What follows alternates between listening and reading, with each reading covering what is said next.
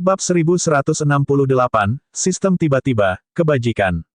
Saat itu, Stu menggunakan kemampuan cloningnya untuk membuat alibi bagi dirinya sendiri. Dia sangat berhasil berpura-pura tidak bersalah, tetapi Luke telah menangkapnya dengan hidung tajam.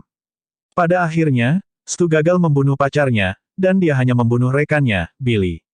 Luke menghentikannya tepat saat dia akan membunuh pacar Billy, tetapi Stu menggunakan kemampuan cloningnya untuk menyelinap pergi lagi. Pria itu meninggalkan kesan mendalam pada Luke. Dia adalah satu-satunya siswa sekolah menengah yang pernah Luke temui dengan sifat buas dan pemikiran aneh, serta kemampuan yang tidak biasa. Tapi dunia tidak bisa diprediksi. Orang gila dan kejam ini telah melarikan diri dari Luke saat itu, tetapi telah ditangkap oleh layanan Sentinel yang lebih kejam dan tidak manusiawi dan berubah menjadi subjek uji. Luke tidak tahu apakah ini karma atau hanya nasib buruk. Pada akhirnya, teknik cloning, yang dihipotesiskan Luke saat itu masih jatuh ke tangannya. Sebelum menaiki penerbangan kembalinya, Luke sebenarnya telah menggunakan kemauan keras untuk menenangkan diri dan menghentikan pikirannya menjadi liar. Kecuali ketika dia menerima ucapan terima kasih Carol di awal dan memperoleh hak untuk belajar penyembuhan diri dasar, sudah lama sekali dia tidak bersemangat seperti ini. Itu karena dia berpikir bahwa sistem akan menentukan bahwa dia tidak bisa mempelajari sesuatu seperti cloning. Pada akhirnya, kemampuan cloning tiba-tiba muncul, dan itu sebenarnya tidak memiliki tag, tidak tersedia, seperti biasanya, tetapi, tersedia sebagian. Untung Luke telah meninggalkan pekerjaan berlayar dengan kecepatan rendah ke Polaris pada saat itu, atau dia benar-benar akan jatuh dari langit. Apakah sistem ayah benar-benar sudah gila kali ini? Itu benar-benar memberinya keterampilan tipe sihir. Pikiran itu melintas di benak Luke, tetapi dia segera mengabaikannya dan terus bersujud di depan sistem. Jarang ada sistem yang tiba-tiba rusak, tidak, itu adalah kebajikan. Itu benar-benar curahan kebajikan yang tiba-tiba, yang memungkinkannya untuk membuka kemampuan, sihir, yang sebenarnya. Meskipun ada tanda tanya untuk prasyarat, kemampuan mental khusus, dan kredit, dia masih bersyukur dari lubuk hatinya. Jika dia benar-benar bisa mempelajari kemampuan ini, dia akan baik-baik saja jika dia tidak bisa mempelajari kemampuan sihir lainnya selama sisa hidupnya. Bagaimanapun, itu terserah sistem. Dua kemampuan ini saja sebagai keuntungannya dari operasi ini membuat Luke merasa bahwa dunia ini terlalu indah. Untuk sesaat yang langka, pikirannya mengembara dan dia tersesat dalam mimpi yang fantastis. Pada siang hari berikutnya, Luke tiba di bandara. Setelah mengubah penampilannya, dia langsung pergi ke pusat penelitian harapan baru di Kabupaten Nassau. Di lab, dia mengirimi Selina pesan anonim yang hanya mengatakan, "Aku kembali." Selina hanya menjawab bahwa dia mengerti, dan tidak mengatakan apa-apa lagi. Mereka akan terus bertingkah seperti biasa sampai Luke kembali ke rumah. Kalau tidak, mereka akan ketahuan jika Luke muncul dari sini tepat setelah Selina keluar untuk berputar-putar dengan wajahnya. Bagaimanapun, mereka terbiasa keluar sendiri untuk mendapatkan poin, tidak perlu bagi mereka untuk bergegas dan bertemu. Luke memandang John Wick sambil lalu di ruangan gelap, dan mereka bertukar beberapa kata sopan. John menjalani kehidupan yang damai. Meskipun dia tinggal di dalam, dia memiliki beberapa peralatan pelatihan dan anjing berkepala persegi untuk menemaninya. Ada banyak hal di komputer yang diberikan Luke kepadanya. Dari informasi yang tersedia untuk umum hingga drama TV dan film, cukup bagi seseorang untuk berbaring di sana dan menonton selamanya. Tidak terlalu sulit saat ini bagi seorang pria untuk bersembunyi di rumah. Luke kemudian memasuki bengkel. Setelah mengaktifkan pertahanan maksimum bengkel, dia mengenakan Big Dipper Armor dan menempatkan Alice di meja kerja. Matanya cerah saat dia menatap Alice. Dia melepaskan Osiris dari ruang 1, dan lengan dan peralatan robot medis mulai bekerja pada orang yang berbaring di meja kerja. Dalam waktu kurang dari 20 menit, chip elektronik yang terhubung ke otak dan mata Alice dikeluarkan dan disimpan dalam kotak khusus di ruang 1. Kemungkinan besar chip itu memiliki fungsi GPS, dan dia tidak bisa memberikan sinyal kesempatan untuk bocor. Dia sangat tertarik dengan chip ini. Teknologinya adalah satu hal, tapi dia mungkin bisa menggunakannya untuk menemukan manusia super lainnya. Setelah mengeluarkan chip, dia meminta Osiris melakukan pemeriksaan seluruh tubuh Alice dan mengumpulkan data langsung dan mencadangkannya sebelum dia memasukkan Osiris kembali ke ruang 1. AI medis memiliki data medis yang terkait dengan manusia super. Luke tidak bisa lebih berhati-hati dengan itu. Pada saat itu, tidak ada lagi alat pelacak elektronik pada Alice, dan ujung jarinya bersih. Dalam waktu singkat itu, Obat penenang yang disuntikannya untuk operasi tidak lagi efektif, dan lukanya sembuh total. Wanita itu tiba-tiba membuka matanya dan berteriak, "Carrie." Dia duduk. Sesaat kemudian, dia berbalik dengan bingung dan mencoba mencari tahu apa lingkungan yang sama sekali asing ini. Lalu, dia melihat seseorang. Dia berdiri dengan tenang tidak jauh darinya. Pria itu mengenakan baju besi hitam dan putih.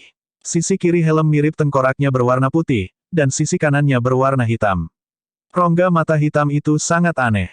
"Halo, Alice, jadi kamu ingat kamu punya anak perempuan?"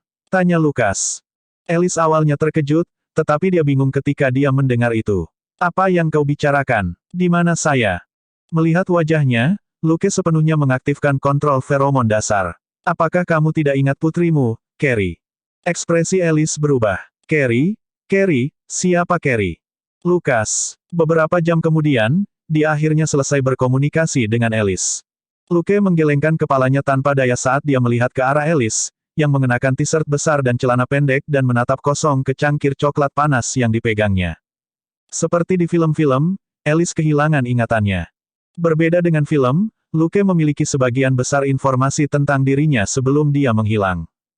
Kehilangan ingatannya bukan karena dipukul di kepala, seperti dalam cerita roman, tetapi mengikuti plot superhero yang lebih khas, mental yang kuat telah menyebabkan otaknya menutup sendiri sehingga dia melupakan kenangan menyakitkan. Sekarang, Alice hanya bisa mengingat waktunya di Sentinel Services. Untuk seseorang seperti dia yang memiliki kemampuan penyembuhan diri, itu hanya masalah mental. Dia akan pulih dari kerusakan otak sederhana dalam hitungan menit. Kalau tidak, Luke tidak akan berani mengambil chip elektronik dari kepalanya secepat ini. Tetapi informasi yang dia miliki sudah cukup. Dia perlahan bisa melihat informasi untuk mengingat masa lalunya, tapi itu tidak masalah jika dia tidak melakukannya. Satu-satunya masalah adalah dia lupa bahwa dia punya anak perempuan, dan hanya ingat nama, Carrie. Alice kehilangan kendali atas emosinya beberapa kali selama interogasi, dan butuh beberapa saat untuk menenangkan diri. Luke hanya bisa senang karena dia tidak mempelajari kontrol feromon dasar dan hipnosis dasar secara cuma-cuma. Dia harus menggunakan keduanya pada saat yang sama untuk mencegahnya menghancurkan bengkelnya. Beberapa jam kemudian, Alice, yang telah tenang, duduk di samping dengan linglung, dan Luke mulai menganalisis informasi yang baru saja dia peroleh. Bab 1169, Ibu dan Anak Bersatu Kembali, dan Bentuk Fisik Dasar. Penerjemah, Henye Translations Editor, Henye Translations. Dia telah memperoleh banyak informasi dari Alice, tetapi tidak ada yang berhubungan dengan teknologi. Penelitian ilmiah bukanlah sesuatu yang bisa diingat seseorang hanya dari ingatan. Data penelitian yang dihasilkan oleh Sentinel Services, sebuah proyek yang melibatkan penelitian pada manusia, mungkin bisa memenuhi seluruh ruangan. Bagian intelijen yang paling penting adalah informasi tentang orang yang bertanggung jawab atas proyek Sentinel Services. William Stryker diduga adalah orang berpangkat tinggi di tentara Amerika, dan masih menjadi misteri di divisi mana dia berasal. Tapi dia telah bolak-balik antara pangkalan dan DC untuk waktu yang lama, dan pasti terhubung dengan pemerintah Amerika. Ini adalah hal yang baik untuk diketahui. Dengan sistem multifaset, yang dibutuhkan Luke hanyalah arahan untuk menyelidiki. Tidak peduli seberapa berhati-hati pria itu, dia akan meninggalkan jejak saat dia masuk dan keluar dari DC, Luke akan menemukan jejaknya cepat atau lambat. Memikirkan itu, dia mendorong berangkar medis dari luar dan menyuruh Alice untuk beristirahat dulu. Masih dalam keadaan linglung, Alice mengangguk dan berbaring. Dia tidak bergerak setelah itu, tapi matanya berkedut di bawah kelopak matanya yang tertutup, dia jelas tidak tidur. Luke mengabaikannya. Sang ibu telah disortir, tetapi putrinya masih di ruang 2. Setelah Luke membiarkan Alice keluar, Carrie juga memasuki kondisi hibernasi. Baru saat itulah Luke menggunakan indera mentalnya untuk melihat kondisi fisiknya. Pada akhirnya, Carrie juga memiliki chip elektronik di tubuhnya. Syukurlah, itu bukan di otaknya, tapi di bawah kulit punggungnya. Dia membuka bengkel lain dan mengaktifkan pertahanan maksimum. Dia dengan cepat mengeluarkan chip itu, dan juga menyegelnya di Space 1. Setelah semuanya selesai, dia tidak membangunkan Carrie, tetapi menempatkannya di ruang 2 lagi sebelum dia pergi ke sebelah. Alice, tidurlah. Aku akan membawamu ke tempat yang aman, katanya kepada wanita di tempat tidur. Kelopak mata Alice berkedut, tapi dia tidak membukanya. Luke menyuntikkan obat penenang dosis berlebihan ke lehernya. 10 detik kemudian, dia mencoba menyingkirkan Alice, dan dia menghilang. Dia merasa lega. Kemampuan Alice untuk pulih terlalu kuat. Butuh lebih dari 10 detik agar obat penenang yang kuat itu bekerja, dan dia akan sadar kembali paling lama dalam 20 detik, dia tidak akan bisa memasuki ruang 2 kalau begitu. Untungnya, fungsi hibernasi di Space 2 tidak bekerja seperti obat penenang, dan dia tidak akan tiba-tiba bangun begitu dia berada di dalam. Luke mengeluarkan sistem 1000 wajah dan mulai menyiapkan topeng dan sidik jari. Identitas mereka terlalu sensitif dan mereka sama sekali tidak bisa menunjukkan wajah mereka. Jika dia tidak menciptakan sistem 1000 wajah, dia akan mempertimbangkan untuk mengirim mereka ke negara bagian yang jarang penduduknya atau bahkan negara lain. Sekarang, yang perlu dia lakukan hanyalah mengubah identitas dan penampilan mereka. 10 menit kemudian, dia menyelesaikan 2 set topeng 1000 wajah dan meninggalkan lab. 40 menit kemudian, Luke membiarkan Alice dan putrinya keluar di sebuah bungalow yang tenang di sisi barat laut North Bergen, New Jersey. 10 detik kemudian, Alice membuka matanya. Dia tidak terkejut melihat Luke masih memakai baju besinya. Dia tanpa sadar melihat ke sofa tidak jauh. Sesosok tubuh kecil berbaring di atasnya dengan tangan bersilang. Hati Alice bergetar. Apakah dia sudah mati? Luke berkata, tidak, dia hanya suka tidur dalam posisi itu. Alice bingung, tapi dia sudah berdiri. Mengambil 2 langkah, dia perlahan berlutut di samping sofa dan menatap wajah yang belum dia kenal. Gambar-gambar yang berserakan melintas di benaknya, dan wajah gadis kecil itu muncul. Alice bergumam dengan suara gemetar, Carrie. Luke berkata, dia akan membutuhkan beberapa menit untuk. Dia menelan kata-katanya ketika dia melihat seseorang yang persis seperti gadis di sofa yang berdiri di sebelah Alice. Merasakan sesuatu, Alice berbalik. Carrie, yang baru saja muncul, mengulurkan tangan untuk menghapus air mata dari mata Alice dengan lembut. Tapi tangan kecil itu seperti fatamorgana saat menyapu wajah Alice, tidak mampu menghapus air mata. Gadis kecil itu tidak peduli. Dia terus mencoba menyeka air mata saat dia berteriak, Bu, akhirnya kamu kembali. Dengan mata berkedip, Alice mengulurkan tangan untuk memeluk Carrie, tetapi tangannya juga hanya bertemu udara. Dia tidak bisa menahan diri untuk tidak berkata dengan suara gemetar, tidak, jangan pergi. Luke terbatuk dan berkata, itu hanya proyeksi Carrie. Tubuhnya belum bangun. Bukannya dia ingin menonton melodrama ini, tapi dia tidak bisa pergi sekarang, jadi dia hanya bisa menyela. Alice, bagaimanapun, tampaknya tidak mendengarnya. Dia masih mencoba memeluk Carrie, yang tampak nyata tetapi tidak bisa disentuh. Luke hanya bisa melangkah maju dan menyuntikkan Carrie dengan sesuatu untuk membangunkannya. Sesaat kemudian, Carrie, yang berdiri di samping sofa tiba-tiba menghilang, dan Carrie di sofa membuka matanya. Dia menarik perhatian Alice. Carrie sudah bangun. Dia ada di sofa. Melihat Carrie menghilang, Alice hampir berteriak, tapi dia tidak bisa menahan diri untuk tidak berbalik. Carrie mengulurkan tangannya lagi untuk menyentuh pipi ibunya. Kali ini, dia bisa menghapus air mata Alice. Bu, aku kembali. Kita akan bersama selamanya. Alice menangis lagi dan memeluk Carrie. Luke merusak suasana sekali lagi saat dia memperingatkan, tunggu. Alice berhenti, lalu mendengar sisa kata-katanya. Anda harus sangat lembut, dengan kekuatanmu saat ini, kamu bisa mematahkan Carrie menjadi 2. Petik 2. Mendengar itu, Alice membeku dan tidak berani melanjutkan. Carrie, bagaimanapun, duduk dan melingkarkan lengannya di lehernya. Tidak apa-apa, Bu. Kami berdua baik-baik saja. Sistem, Anda telah menerima penghargaan Carrie Miller. Anda sekarang dapat mempelajari beberapa kemampuannya. Kemampuan Carrie Miller, Elementary Telekinesis, Elementary Spirit Form kelas mental khusus, tersedia sebagian. Prasyarat, 40 kekuatan mental. Kredit. Lukas tercengang. Setelah ragu-ragu sejenak, dia akhirnya tidak memilih untuk segera mempelajari kemampuan Carrie. Kesabaran adalah suatu kebajikan. Lagi pula, Alice sedang menggendong Carrie sekarang. Jika dia kehilangan kendali atas emosinya dan benar-benar memeluk putrinya sampai mati, itu akan menjadi tragedi terbesar di dunia. Baru pukul 5 pagi Luke meninggalkan bungalow. Setelah dia keluar, dia berbalik dan melihat ke bungalow, dan penyesalan samar yang dia rasakan atas operasi ini akhirnya menghilang. Meskipun sedikit tidak adil bagi manusia super lain yang telah terkubur di bawah reruntuhan markas rahasia, sudah merupakan keajaiban dia bisa menyelamatkan ibu dan anak ini. Dia memiliki hubungan yang mendalam dengan mereka. Pada awalnya, mereka melarikan diri bersama dari Rumford. Kemudian, dia menyelamatkan Carrie dari Mephisto dan berjanji untuk menyelamatkan ibunya, Alice. Pada akhirnya, dia mendapatkan rasa terima kasih mereka berdua. Penyembuhan diri tingkat menengah Alice adalah kemampuan menyelamatkan jiwa tingkat pertama. Dengan kemampuan ini, Luke harus melakukan yang terbaik untuk membuat hidup ibu dan anak itu semudah mungkin. Bab 1170, Kejutan, dan Bintang Keadilan.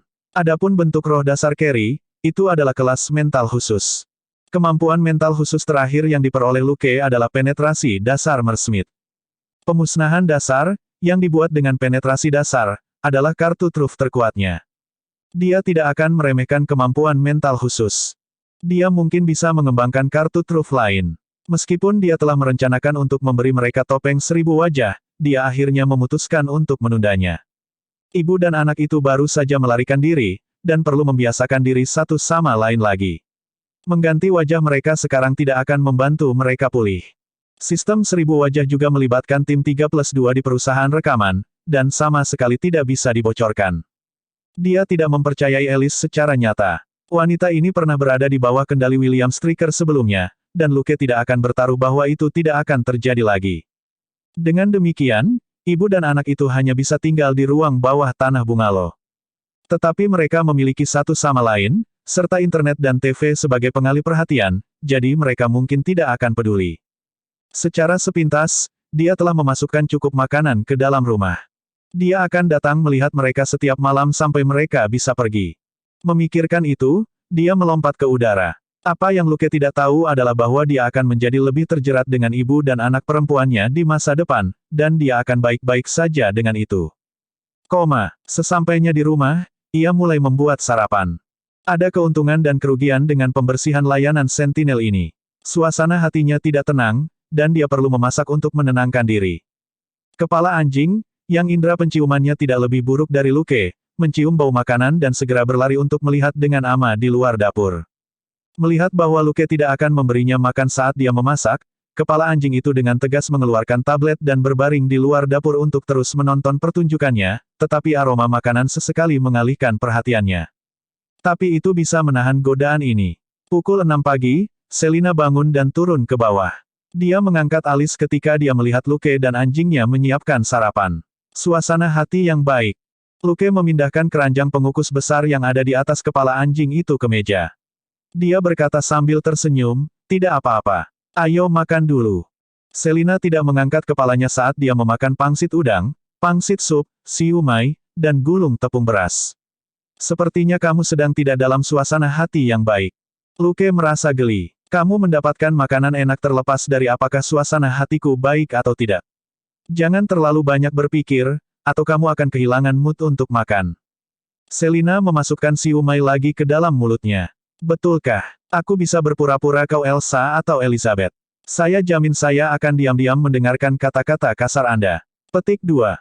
Lukas memutar matanya. "Mengapa kamu menyalinnya? Terakhir kali, kalian bertiga mabuk dan menjadi gila. Kamu sangat menakuti Gold Nugget di sebelah sampai hampir menangis." Sibuk mengunyah, kepala anjing itu menatap kosong. "Hah? Tapi tidak ada yang memperhatikannya." Selina mendengus. "Kamu melebih-lebihkan." Luke menyesap susu kedelainya. Saat itu, Elsa memeluk karung tinju, lalu tiba-tiba meninjunya dan berteriak, "Aku akan membunuhmu. Aku akan membunuhmu." Selin tercengang. "Bagaimana? Bagaimana kamu tahu? Apakah Anda menguping?" Petik 2. Luke terkekeh dan melirik kepala anjing yang masih sibuk makan. Selina tercerahkan, tetapi dia masih menolak untuk mengakuinya. "Kalau begitu kamu harus berempati dengan Elsa. Dia sudah sangat tua." Wanita besi ini bukan nenek berusia 80 tahun. Dia masih sangat bersemangat. Tidak setuju dalam hati, Luke beralih ke topik lain. Elizabeth bahkan lebih aneh. Dia mengatakan bahwa keterampilan bertarungnya telah meningkat pesat, dan dia bersikeras untuk menunjukkannya kepada kalian berdua, dan melakukan split di udara. Pada akhirnya, dia tidak bisa menyilangkan kakinya di pagi hari. Selina berkeringat dan tidak tahu harus berkata apa.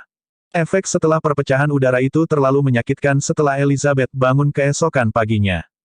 Pada saat itu, sementara Selina menghiburnya, dia diam-diam senang bahwa ada karpet tebal di lantai, atau bukan hanya bagian atas pahanya yang akan dipegang Elizabeth di pagi hari. Setelah momen canggung yang lama, dia tiba-tiba teringat, apa yang kita bicarakan. Dia kemudian menyadari bahwa Luke tidak ingin memberitahunya detail operasi, jadi dia sengaja mengubah topik pembicaraan. Dia berhenti bertanya. Selina tahu betul bahwa dia tidak bisa dibandingkan dengan Luke. Mereka telah bekerja bersama selama lebih dari setahun, tetapi dia mengalami jauh lebih banyak daripada dia, dan tidak pernah menjadi orang yang begitu transparan dengan emosinya. Jika bukan karena fakta bahwa mereka sudah saling kenal untuk waktu yang lama, dan Luke jarang bersusah payah menyembunyikan sesuatu darinya, dia sebenarnya mungkin tidak merasakan sesuatu yang salah. Dia tidak ingin mengatakannya karena dia takut dia tidak akan bisa menerimanya. Setelah sarapan, Luke dan Selina melapor ke kepolisian seperti biasa dan menindaklanjuti dua kasus yang mereka ambil sebelumnya. Mereka menyelinap pulang pada pukul 3 sore, dan Luke pergi ke ruang bawah tanah.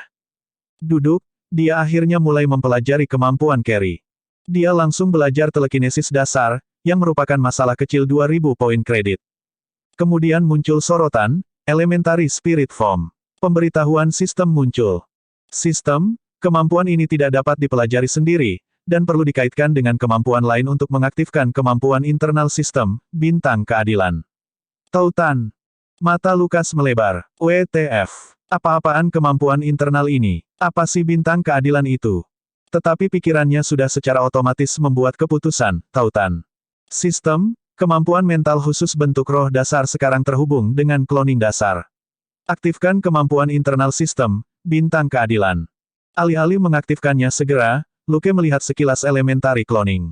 Sekarang, prasyarat untuk cloning dasar adalah 20 kekuatan, 20 ketangkasan, 20 kekuatan mental, bentuk roh dasar dan poin kredit. Prasyarat untuk bentuk roh dasar adalah 40 kekuatan mental dan poin kredit. Setelah melihat catatan untuk kedua kemampuan ini, Luke merenung sejenak, dan akhirnya memberitahu sistem, aktifkan. Sistem merilis pemberitahuan lain, persyaratan minimum untuk mengaktifkan kemampuan internal sistem, bintang keadilan, 20 kekuatan, 20 ketangkasan, 20 kekuatan mental, 100.000 kredit. Tuan rumah memenuhi persyaratan. Mengaktifkan bintang keadilan. Poin kredit dalam sistem langsung dikurangi 100.000, dan kemampuan, bintang keadilan, muncul dalam daftar kemampuan Luke. Kemudian, Luke yang tercengang menatap, dia, yang sama-sama tercengang di depannya. Setelah menatap kosong sejenak, dia tidak bisa menahan diri untuk tidak berteriak, WTF. Sistem, apa yang sedang terjadi? Selama ini, dia menggunakan poin kredit untuk membeli kemampuan dari sistem, dan terserah dia kapan menggunakannya. Tetapi ketika dia melihat, dia, di depannya, sistem benar-benar memberinya penjelasan, Star of Justice level 1. Statistik dasar, 10 strength, 10 dexterity, 10 mental strength. Kejutan, X2 kedua Lucas tidak bisa menahan untuk menggumamkan kata-kata pada saat yang sama. Bab 1172, Bintang Keadilan, bersiap untuk menyerang. Statistik dasar untuk Star of Justice semuanya 10. Setelah pengujian, berdasarkan efek dari poin stat saja, klon ini memang tidak berbeda dari orang biasa, dan tidak memiliki pengganda 4X sistem. Pada kenyataannya, poin-poin dasar diambil dari Lucas sendiri. Setelah klon muncul, Luke merasa jauh lebih lemah, dan ada penurunan tetap dalam kekuatannya. Namun setelah menguji tubuhnya dengan hati-hati, dia menyadari bahwa penurunan ini tidak separah yang dia bayangkan.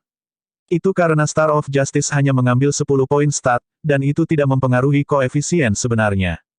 Misalnya, dengan 40 strength dan koefisien 4, efek sebenarnya dari 40 strength adalah 40 tanda kali 4 sama dengan 160, yang merupakan 16x level orang biasa.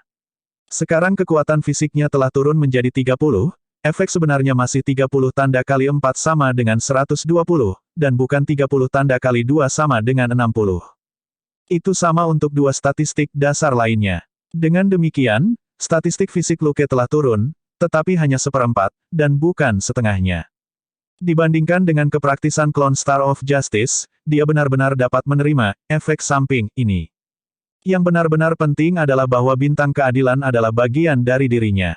Jadi, itu berbagi semua kemampuan dalam daftar Luke, termasuk inventarisnya.